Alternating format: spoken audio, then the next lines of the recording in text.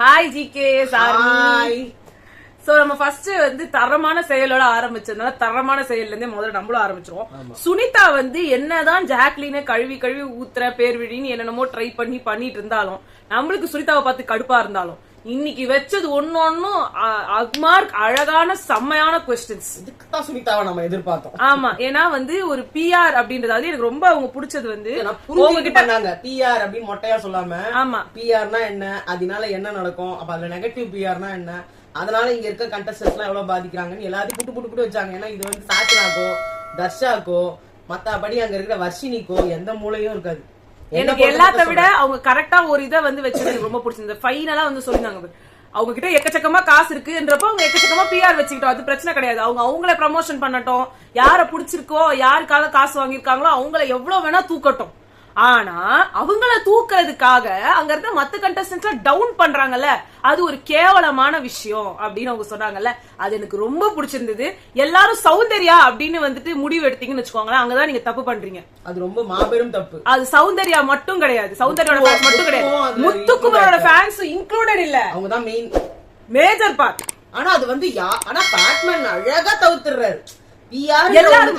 சுனிதாவே கூட சொல்றேன், நீங்க சௌந்தர்யாவை அட்டாக் பண்ற அளவுக்கு உங்களுக்கு தைரியம் முத்துவோட பிஆருக்கு உங்களால அட்டாக் பண்ண தைரியம் இருக்கா?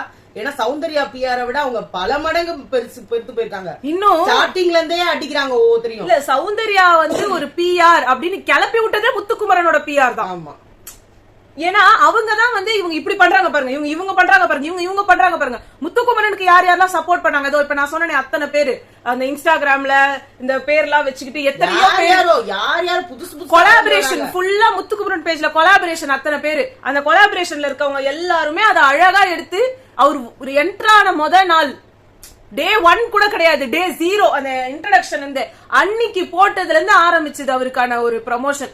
அவரோட பிஆர் டீம் பெருசு, ஆனா வெளிப்படையா சௌந்தர்யாவோட பிஆர் டீம் தான் எனக்கு கண்ணுக்கு தெரியுது. ஏன்னா இவங்க எல்லாம் தெரிந்த ஆட்கள், ரொம்ப என்ன சொல்றது, இதே விஜய் டிவில வேலை பார்த்தவங்க, இதே அவரோட எல்லாம் ஓரளவு ஃபேமஸ் ஆனவங்க, பட் நமக்கு எல்லாம் யாருன்னு அறிமுகமாகாதவங்க.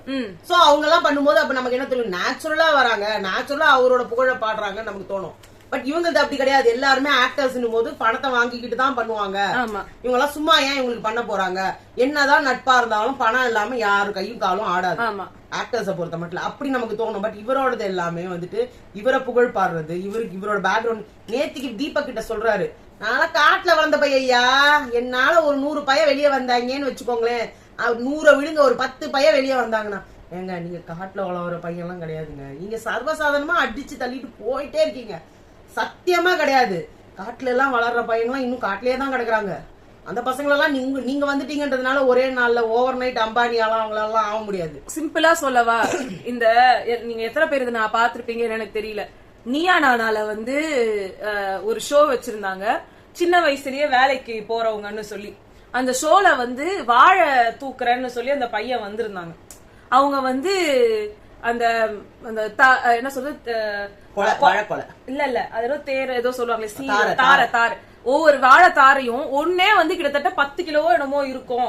அவங்க அந்த மாதிரி 2 வச்சு அந்த இதை எடுத்து அவங்க வந்து போவாங்க. அதுவும் கிட்டத்தட்ட 3-5 கிலோமீட்டர் நடந்து போவாங்க அப்படின்னு சொன்னாங்க. அந்த படத்தை அவங்களோட கதைய கான்செப்டா வச்சு வந்ததுதான் வந்து மாரி செல்வராஜ் அவங்களோட வாழை படம். அவரேதான் அந்த ஷோக்கு கெஸ்டாவுமே கூப்பிட்டு இருந்தாங்க. அப்ப அவர் சொல்றாரு, அங்க அதை சொன்ன அந்த பையன் அவரு கூட அந்த ஃப்ரெண்டோட பையன்.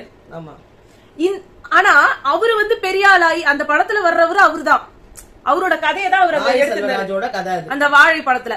அவர் அந்த நிலைமையில இருந்து இன்னைக்கு இவ்வளவு பெரிய டைரக்டர் ஆயிட்டாரு. அவங்க அக்காங்க எல்லாம் வந்து பேங்க்ல வேலை பாக்குறாங்க, டாக்டர் ஆயிட்டாங்க, வெல் செட்டில்ட் எல்லாம் சொல்லிட்டு இருந்தாரு. ஆனா அவரோட ஃப்ரெண்டோட பையன் இன்னமும் அந்த தார் தான் தூக்கிட்டு இருக்காரு. அங்க வந்து சொல்றாரு, அவங்களோட நிலைமையை யார் மாத்த போறா, இவரு இந்த ஷோக்கு வந்து சொல்றாரு, நான் இவனை வந்து விட்டுற மாட்டேன், இவனை ஒரு நிலைமை கொண்டு வந்துருவேன். இது உங்களுக்கு முன்னாடியே தெரியாதா? நீங்க இருந்த நிலைமையில தான் உங்க ஃப்ரெண்டும் இருந்திருப்பாங்க, அவங்க பசங்க இந்த நிலைமையில இருப்பாங்கன்றது உங்களுக்கு முன்னாடியே தெரியாதா? இந்த ஷோல தான் வந்து நீங்க வந்து தெரியணுமா? ஏன்னா அவருக்கு தெரியவே இல்ல, அவர் ஊர் பக்கம்ன்றாரு, அவருக்கு உங்களை தெரியல, அந்த பையனுக்கு பர்சனலா உங்களை தெரியல. அப்படி நீங்க உங்களோட ரூட்ஸோட ரொம்ப ஒன்றி இருந்த ஆளா இருந்தா நீங்க அங்கேயே தான் இருந்திருப்பீங்க. உண்மை என்னன்னா, நீங்க ஒருத்தர் வளர்ந்தீங்கன்னா உங்களோட தலைமுறையே வளரும், உங்களோட சொந்தக்காரங்க வளருவாங்க, இப்பெல்லாம் சொல்றாங்கல்ல.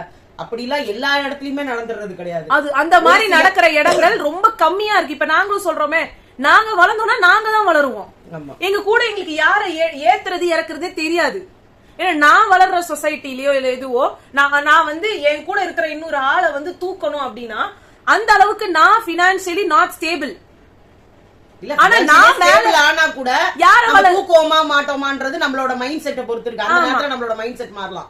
இப்போ முத்துக்குமரன் வந்து இந்த நிலைமைக்கு ஆல்ரெடி ஒரு பெரிய ஒரு என்ன சொல்றது நிலைமைக்கு தான் வந்து அவர் இந்த ஷோக்கு வரதுக்கு முன்னாடியே வேர்ல்ட் டூர்லாம் போய் எல்லாத்தையும் நடுவுல ஒரு விஷயத்த சொல்லணும்.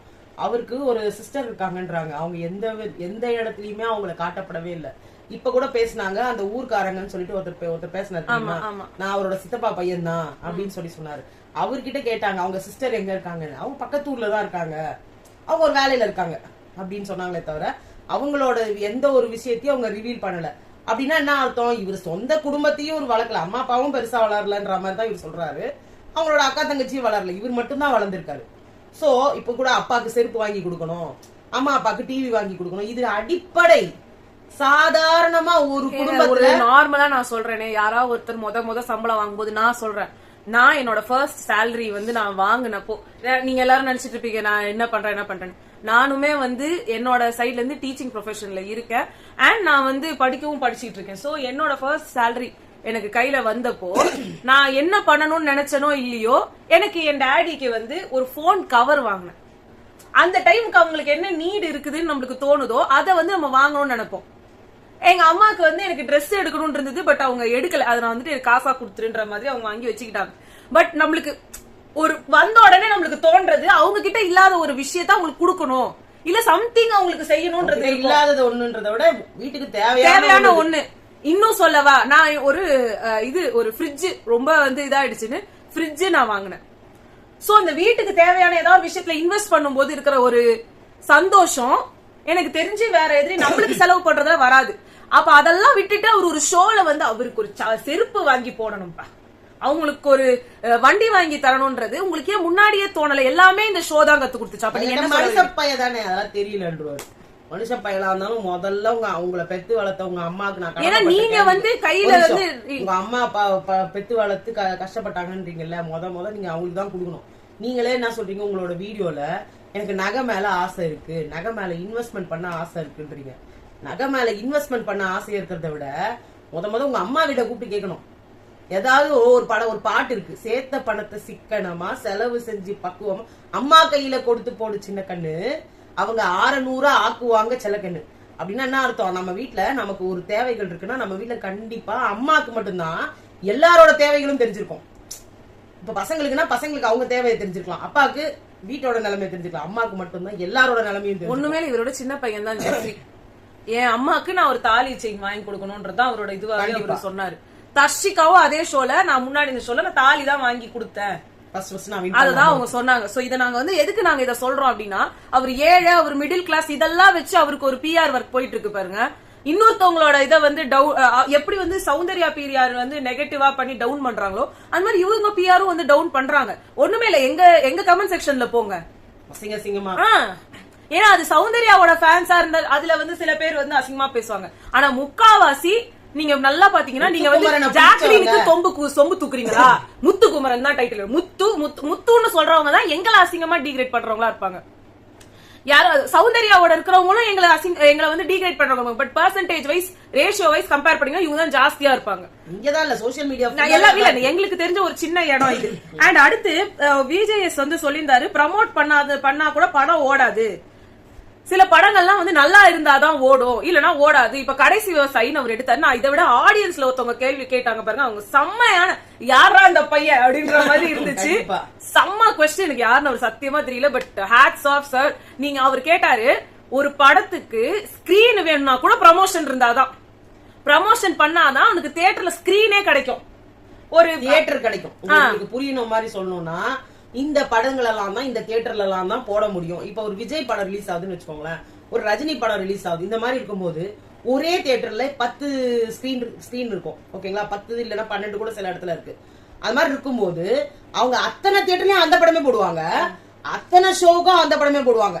இப்ப உங்களுக்கு காலையில 10 மணி காட்சின்னு ஒண்ணு இருக்கும், அதுக்கப்புறம் 2 மணி ஷோன்னு ஒண்ணு இருக்கும், அப்புறம் 5 மணி ஏதாவது எக்ஸ்ட்ராவா நீங்க புதுசா இந்த ஷோ ஸ்பெஷல் ஷோ அது இது ராத்திரி 11 மணி விடிகாத்துல 4 மணி எல்லாமே அந்த படத்தையே போட்டா அப்ப இன்னொரு ஒரு 10 படம் நிறைய பேர் வந்து அந்த படத்தை பாக்குறதுக்கான சான்சஸ் ஜாஸ்தி. ஏன்னா ஒரு இது டிக்கெட் ஃபுல் ஆயிடுச்சுன்னா அடுத்த போலாம், அடுத்த டைமிங்க்கு கூட. முன்னாடி எல்லாம் நாங்கெல்லாம் சின்ன வயசுல இருக்கும்போது ஒரு படத்துக்கு போகும்போது டிக்கெட் வாங்க போகும்போது எங்களுக்கு பிடிச்ச படம் அங்க கிடைக்காது. ஏன்னா அங்க வந்து பயங்கர ஃபுல் ஆயிடும்.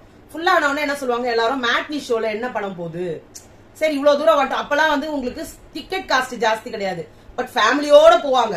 நாங்க ஒரு 10 பேர் சேர்ந்து போவோம், அதுக்கு கொடுத்த டிரான்ஸ்போர்ட் காஸ்ட் இருக்கும். இந்த காஸ்ட்டை கொடுத்து திரும்பி வர வேணாம் அப்படிங்கறதுக்காக இன்னொரு படம் போகும்ல, அது மொக்க படமா கூட இருக்கும். இந்த மாதிரி நாங்க நிறைய படம் பார்த்திருக்கோம். நமக்கு பிடிக்கவே பிடிக்காது, பட் போயிட்டோம், ஆனா ஏதோ ஒரு படம் பார்த்துட்டு வரணும். இந்த மாதிரி சான்சஸ் மத்த படத்துக்கு கொடுக்கல. ஒருவேளை அந்த படம் நல்லா கூட இருக்கலாம், நாங்க எக்ஸ்பெக்ட் பண்ணி போன படத்தை விட இது சூப்பர் படமா இருக்கு. நம்ம பார்க்கும்போது தான் தெரியும், நம்ம போய் உள்ள போய் உட்காரும் போது ஐயோ போர் அடிக்குது, அங்க போனோம்னா அந்த படம் சூப்பரா இருக்கும். இந்த மாதிரி இதுதான் படங்கள் பல. இதான் ப்ரமோஷன். இப்போ கடைசி விவசாயி படம் எல்லாருக்கும் எப்ப தெரிய வந்துச்சு அப்படின்னா, ஃபர்ஸ்ட் எடுத்தோன்னே நீங்க ப்ரமோஷன் பண்ணாததுனால அதுக்கு எக்கச்சக்க ஸ்கிரீன் கிடைக்கல ஒரு விஷயம்.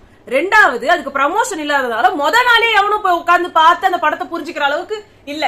ஆனா ஒரு குரூப் அதை போய் பார்த்து உங்களுக்கு சோசியல் மீடியா மூலியமா ரிவ்யூவர்ஸ் மூலியமா அந்த படம் நல்லா இருக்குன்னு சொல்லி மத்தவங்க போனாங்க. ஆனா அப்ப தியேட்டர்ஸ் எல்லாத்துலயுமே அது கிடைக்காததுனால இருந்த இடத்தான் பார்க்க முடிஞ்சது. அதனாலதான் உங்களுக்கு அது மட்டும் இல்லாம அதுல நடிச்சவர் வந்து இறந்துட்டாங்க அப்படின்ட்டு ஒரு சென்ஸ் ஏதோ ஒரு நியூஸ் உங்களதுல இருந்து வெளியில வந்துட்டே இருக்கும். அந்த படம் சம்பந்தப்பட்டிருக்கும் போது தான் மக்களுக்கு அந்த படத்தை போய் பார்க்கணும்ன்ற ஒரு இது ஆசையா இருக்கு அந்த படத்தை பத்தி. அப்ப நாங்க ஓடிடில தான் வந்து பார்த்தோம். ஏன்னா எங்களுக்கு அவைலபிலிட்டி எப்ப வேணுமோ நாங்க போய் பார்க்க முடிஞ்சது. ஆனா எங்களுக்கு தியேட்டர்ல அப்படி பார்க்க முடியல, ஏன்னா ஸ்கிரீன்ஸ் கிடையாது. இல்லன்னா கொஞ்ச நாளுக்கு முன்னாடி இந்த ஆப்ஷன் கிடையாது. ஆமா, நீங்க ஒரு பாட்டு இப்ப நம்ம தட்டி விட்டோம்னா யூடியூப்ல எந்த பாட்டு வேணுமோ தட்டி பார்க்கலாம். எங்க அப்பாவோட காலத்துல எல்லாம் அந்த பாட்டை பாக்கணும்னா திருப்பி தியேட்டருக்கு தான் அவங்க போகணும்.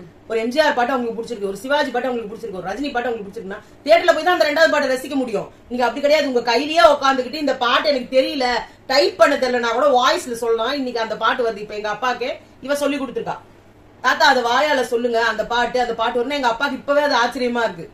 புரியுதுங்களா? இத வந்து நாங்கெல்லாம் சின்ன வயசுல இருக்கும்போது ஒளியும்னு ஒண்ணு பார்ப்போம். அவங்க என்ன போடுறாங்க, அது பழைய பாட்டு சில நேரத்துல போடுவான், சில நேரத்துல புது பாட்டு வரும், சில நேரத்துல ரொம்ப மொக்க பாட்டு வரும். ஆனா அதுக்காக போய் அழிஞ்சு கட்டிட்டு உட்காருவோம். இது நிறைய பேருக்கு உங்களுக்கு எல்லாம் தெரிஞ்சிருக்கலாம். இதுக்கு பாக்கிறதுக்கு ஒரு சான்ஸ் இருந்தா அப்பதான் இது நல்லா இருக்கா நல்லா இல்லையா. ஒண்ணும் இல்ல, அந்த காலத்துல இருந்து எதுக்கு போஸ்டர் அந்த காலத்துல போஸ்டர் ஓட்டினாங்க, இந்த காலத்துல motion picture teaser first look இதெல்லாம் வைக்கிறது எதுக்கு? அந்த படத்துக்கான ப்ரமோஷன். ஒரு ட்ரெய்லர் விடுறது கூட என்னத்துக்கு? அந்த படத்துல இந்த மாதிரி காட்சிகள் இருக்கும், இதுதான் கிட்டத்தட்ட ஒரு பேஸ் லைன். ஒரு ஸ்டோரி படமா இருந்தா கூட அவங்க கையில காசு பண்ண முடியாது. ஒரு விஷயம் இருக்கு, இது இங்க இருக்கு அப்படின்னு காமிச்சாதான் மக்கள் அதை போய் பார்க்க முடியும். ஒண்ணுமே இல்ல, இப்ப எங்க சேனல் எடுத்துக்கோங்க, நான் ஏன் திருப்பி இங்க ரவுண்ட் கட்டி இங்க வரேன் அப்படின்றத பாத்தீங்கன்னா, இந்த சேனல்ல நிறைய பேர் கமெண்ட்ஸ்ல வந்து இன்னைக்குதான் ஃபர்ஸ்ட் டைம் நாங்க உங்க வீடியோவை பாக்குறோம், நீங்க இவ்வளவு நாளா எங்க இருந்தீங்க எங்களுக்கு தெரியவே இல்லை, நாங்க இங்கதான் இருக்கோம். பட் அவங்களுக்கு ஏன் தெரிய வரல அப்படின்னா, எங்களுக்கு அவ்வளவு ரீச் இல்ல, எங்களை ப்ரொமோட் பண்ண ஆள் இல்ல, எங்களை த்ரோ பண்றதுக்கு அல்கோரிதம் வந்து கை கொடுக்கல. நான் எங்களுக்கு போன வாட்டி வந்து திடீர்னு எங்களோட first video season 7 first video இல்ல சர்வைவர் பண்ணது போல 1 வியூ 2 வியூ எல்லாம் என் அக்கௌண்டே, நானே 4 வந்து இது யூடியூப் அக்கௌண்ட் வச்சு நின்றுட்டு அதுல எல்லா அக்கௌண்ட்ல போய் கூட போயிடுச்சு. ஒன்று பாஸ்வேர்டே வந்து போச்சு, நானே எடுத்து வச்சுட்டு அதுல இருந்து நானே சப்ஸ்கிரைப் பண்ணி நானே உட்காந்து பாத்து நின்றேன். அவ்வளவுதான் எனக்கு வியூ. ஏன்னா அதுக்கப்புறம் யாருமே பாக்கல. ஆனா திடீர்னு ஒரு ஏன் த்ரோ வந்துச்சுன்னு யாருக்குமே தெரியாது. அந்த பிக் பாஸ் ஃபர்ஸ்ட் வீடியோக்கு 10 வியூஸ் வந்துச்சு. அப்புறமா அது எப்படி வந்து 60,000 வியூல போய் முடிஞ்சதுன்னு யாருக்குமே தெரியாது. அந்த த்ரோ வந்ததுக்கான காரணம் ஏதோ ஒரு விதத்துல யூடியூப் ஹெல்ப் பண்ணுச்சு. ஆனா எங்களுக்கு ப்ரமோஷன் பண்ண ஆளே கிடையாது. இந்த வீடியோவை இப்ப நான் எடுக்கிறேன் அப்படின்னா, இந்த வீடியோக்கு நான் இங்க இருந்து ஒரு இது மாதிரி ஸ்டாண்ட் மாதிரி எல்லாம் ஒன்று உழற மாதிரி ஒரு செட்டப்ல நான் ஒண்ணு வச்சிருக்கேன். அதை வச்சு நான் இங்க வச்சு இந்த என்னோட போன்ல உட்காந்து எடுக்கிறேன். அடுத்து நாங்க பேசி முடிஞ்சதுக்கு அப்புறமா எங்க கிட்ட இருக்கிற சாதா சும்மா அந்த பேரை மட்டும் போட்டு அந்த இதுல லைட்டா நாங்க பேசுறதெல்லாம் எடிட்டிங்ல எல்லாமே எல்லாம் நான் தான் பண்ணுவேன், நான் தான் அப்லோட் பண்ணுவேன், நான் தான் ஏன்னா இதுல இருந்து அது டவுன்லோட் ஆகுறதுக்கு ரொம்ப நேரம் ஆகுது, அது அப்லோட் ஆகுதுக்கு இன்னும் நிறைய ஆகுது, செக்கிங் அது இதுன்னு.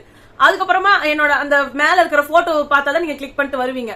சோ அதுக்கு வந்து போட்டோஸ் தேடி அதை எடிட்டிங் பண்ணி அது கண்ட இடத்துல எடுத்துற முடியாது, காப்பி ரைட்ஸ் எல்லாம் இருக்குது. சோ அதுக்காக ஒழுங்கா ஒவ்வொரு இடத்தமா போய் தேடி எடுத்து அதை போட்டு பண்றதுக்கு எங்களுக்கு யாரும் சொல்லியும் தரல, யாரும் வந்து இதுவும் பண்ணல. கம்ப்யூட்டர் ஃபீல்டும் கிடையாது, எங்களுக்கு யாரும் கம்ப்யூட்டர் ஃபீல்ட் கிடையாது. நானா யூடியூப் பார்த்து கத்துக்கிட்டு போட்டு பண்ணதுதான். சோ எங்களுக்குன்னு வேலை பார்க்கறது பெரிய வருமானம் அப்படின்னா எதுவும் இல்லாதனால நாங்க எதுவுமே காசு கொடுத்து வாங்குற அந்த சாஃப்ட்வேர் எல்லாம் எங்களால பண்ண முடியாது. எதுவும் எங்களுக்கு ஈஸியா அவைலபிளோ சோ எங்களுக்கு இது கிடைக்குமோ அதை வச்சுதான். எங்களுக்கு ஒரு பிஆர் டீம் யாருன்னா இருந்திருந்தாங்கன்னு வச்சுக்கோங்க, அவங்க இந்த மாதிரி வீடியோ போடுங்க, இது ஓடும், இது மாதிரி போடும். ஏன்னா நாங்க பிக் பாஸ்க்கு அப்புறமா போட்ட வீடியோஸ் எதுவுமே ஓடவே இல்லை, பிகாஸ் எங்களை யாருமே ப்ரமோட் பண்ணல. கண்டிப்பா ஷஃபி ஜோன்லாம் பாத்தீங்கன்னா ஒரு சீரியலே எடுத்து அப்படியே போட்டு அப்படியே ஒரு நாங்க ஒண்ணும் இல்ல, சீன் போட்டாலே போட்டோ போட்டாலே காப்பிரைட். இதுல இதெல்லாம் ஒண்ணுமே இல்ல. அன்னைக்கு நான் லைவ்ல எங்க தாத்தாவை பாட வச்சப்போ அந்த ஓடும் மேகங்களே பாடினாரு, அவ்வளவுதான் தூக்கிட்டாங்க. அந்த வீடியோவே பிளாக் பண்ணிடுவோம் அப்படிலாம் வந்தது. எங்களுக்கு கேட்டா வந்து நீங்க வந்து அவங்களோட பாட்டை பாடுறீங்க, இத்தனைக்கும் எங்க தாத்தா பாடுறது, அதுல ஒரு எங்க அப்பா பாடினாரு, அதுல மியூசிக்கும் கிடையாது, நாங்க அந்த பேக்ரவுண்ட் ஸ்கோரும் யூஸ் பண்ணல. சோ இதுதான் வாயாலே பாடக்கூடாதான். ப்ரமோஷன் டீம் இருந்துச்சுன்னா இவ்வளவும் இது நடக்கும். சோ எங்களுக்கு ப்ரமோஷன் டீம் ஒருத்தவங்க இருந்தாங்கன்னா அவங்க வெளியில அனுப்பி அது எல்லாத்தையும் போகும். இப்ப எங்களுக்கான பிஆர் டீம் யார் தெரியுமா? பாக்குறவங்க தான், நீங்களாம் நிறைய பாக்க ஷேர் பண்ண இந்த வீடியோ ரீச் வரும். எனக்கு போன வாட்டி இப்படி ஷேர் பண்ணி தான் அர்ச்சனா அவங்களோட வீட்டுக்கே போய் ரீச் ஆச்சு. அவங்க வீட்டுல இருக்கிறவங்க பார்க்க முடிஞ்சு அவங்ககிட்ட போய் நாங்க சேர்ந்தோம். அர்ச்சனா அவங்களோட ஃபேன் பேஜ்ல எங்க வீடியோஸ் எல்லாம் போட்டாங்க சொன்னாங்க. இந்த வாட்டி எங்களுக்கு அந்த மாதிரி எல்லாம் எந்த ரீச்சும் இல்ல. பட் எங்களுக்கு இப்ப இருக்கிறதுமே அந்த அப்ப இருந்து அந்த ரீச் ஆலதான் இவ்வளவு இது சர்வைவ் ஆகுது. சோ பிஆர் டீமோட வேலை எவ்வளவு பெருசு இப்ப உங்களுக்கு புரிஞ்சிருக்கும் நான் நினைக்கிறேன். ஏன்னா ஒவ்வொரு ப்ரமோஷனும் வந்து அவ்வளவு முக்கியம். இதுதான் இவ்வளவு நேரமும் பேசினது. ஒண்ணும் கிடையாது. அடுத்து வந்து எப்படி இவங்க எல்லாம் வந்து இருந்தாங்கன்னு சொன்னப்போ அருண் சூப்பரா சொன்னாரு. இந்த எக்ஸ் கண்டஸ்டன்ஸ் உள்ள வந்து சொந்தக்காரங்க எல்லாம் உள்ள வந்தா என்ன பண்ணுவாங்க, நீ எக்ஸ்பிளைன் பண்ணு. சொந்தக்காரங்க எல்லாம் வராங்கன்னா சார், நமக்கு முதல் நாள் சொந்தக்காரங்க வர போறாங்கன்னு சொல்லிட்டாங்க. வந்த உடனே நம்மளும் அவ்வளவா எதிர்பார்த்துட்டு இருப்போம். வருவாங்க, வந்த உடனே என்ன பண்ணுவாங்க, அவங்க கையில இருந்து ஸ்வீட் அது இதெல்லாம் வாங்கி வந்து கொடுத்துட்டு எல்லார் கையிலும் கொடுத்துட்டு நீ எப்படி இருக்க, நல்லா இருக்கியா, அது இது நல்லா சந்தோஷமா பேசுவாங்க. நமக்குள்ள ஆசையா இருக்கும், அப்பா நம்ம சொந்தக்காரங்க வீடே நிறைஞ்சிருக்கு, எவ்வளவு பேர் வந்திருக்காங்க, எவ்வளவு சாப்பிட வாங்கி வந்திருக்காங்கன்னு. அடுத்து ஒரு 2 நாள் ஆன உடனே என்ன பண்ணுவாங்க, கொஞ்ச நாள் கழிச்சு நீ என்னெல்லாம் பண்றீங்க, நீங்க இந்த வீட்டுல எதுக்கு இருக்கீங்க, ஏன் என்ன நடக்குது இந்த வீட்டுல அப்படின்னு தேவையில்லாத பேச்சுக்கள் ஆரம்பிப்பாங்க. அதுக்கும் அடுத்த நாள் என்ன பண்ணுவாங்க, நம்மள பார்த்து வன்மமாவே பேச ஆரம்பிப்பாங்க. நீ எல்லாம் எதுக்கு லாயக்கு, நீ என்ன பண்ற, இந்த வீட்டுக்காக நீ என்ன பண்ற, உங்களை பத்தி ஒரு விஷயமே வெளியே வரலையே, இப்படி பேச ஆரம்பிப்பாங்க. இப்படியே ஆக நமக்கு என்ன ஆகும், முதல் நாள் என்ன பண்ணுவாங்க, அங்கேருந்து முதல்ல நம்ம கிட்ட வந்து பேசுவாங்க. அடுத்த நாள் என்ன பண்ணுவாங்க, அங்க நீங்க வா அப்படின்னு கூப்பிடுவாங்க. சரி நம்மளும் போய் உட்காருவோம். அப்பயும் நம்மள கிட்ட வன்மத்தை கக்குவாங்க. அடுத்த நாள் இங்க வாங்க கூட நம்மள ஒருவேளை அது ஒரே ஒரு நிமிஷம் அந்த வேலையை பார்த்துட்டு வந்துடுறேன்னு போயிடுவாங்க.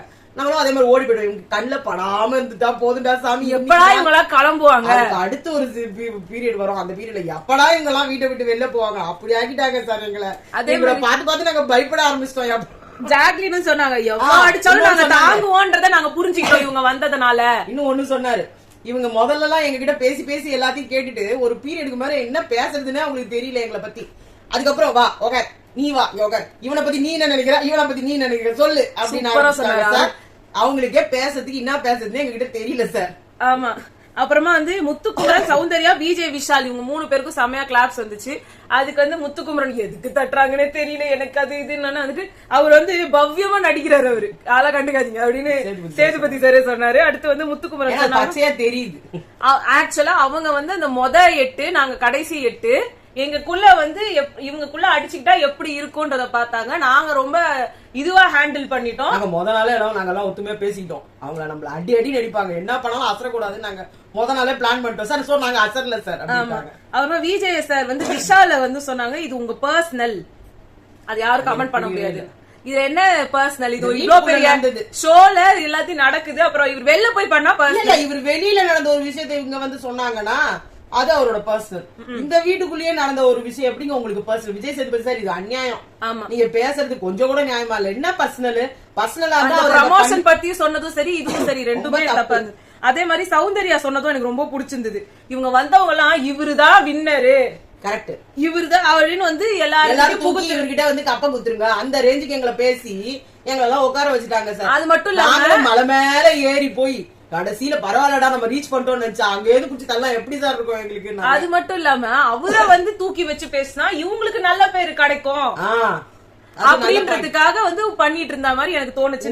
இத சிவகுமார் சொன்னார் சார்.